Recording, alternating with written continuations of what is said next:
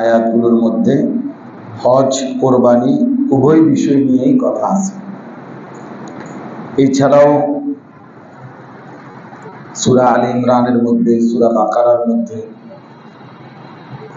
আরো সূরার মধ্যেও ছোট বড় আরো সূরায়ও হজ্জের ব্যাপারে, কোরবানির ব্যাপারে আলোচনা আছে।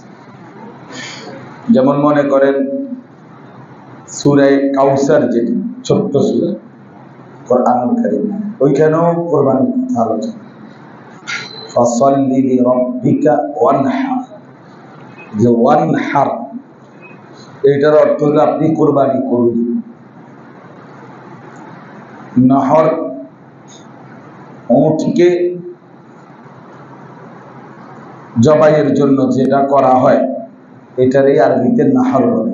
নহর করা, উটকে, উটের মাথা, ঘাট, গরু, ছাগল আমরা যেভাবে শোয়াইয়া জবাই করি এরকম করা যায় না, সিস্টেম নেই। উটের ঘাড় নোয়ানো, সোজা করা যায় না, এই জন্য এটাকে বসাইয়া এরপরে মাথা, মুখ এরকম সোজা অবস্থাতেই বাইধা এই কণ্ঠ বরাবর ধারালো ছুরি দিয়ে আঘাত করে এভাবেই জবাই। আমি একবার দেখছি, তো নহর বলে এটা সিস্টেমে। এটা আস্তে আস্তে রক্ত ঝরতে ঝরতে এরপর এটার ঘাড় পড়ে যায়। তাইলে এটার অর্থ কোরবানি করে।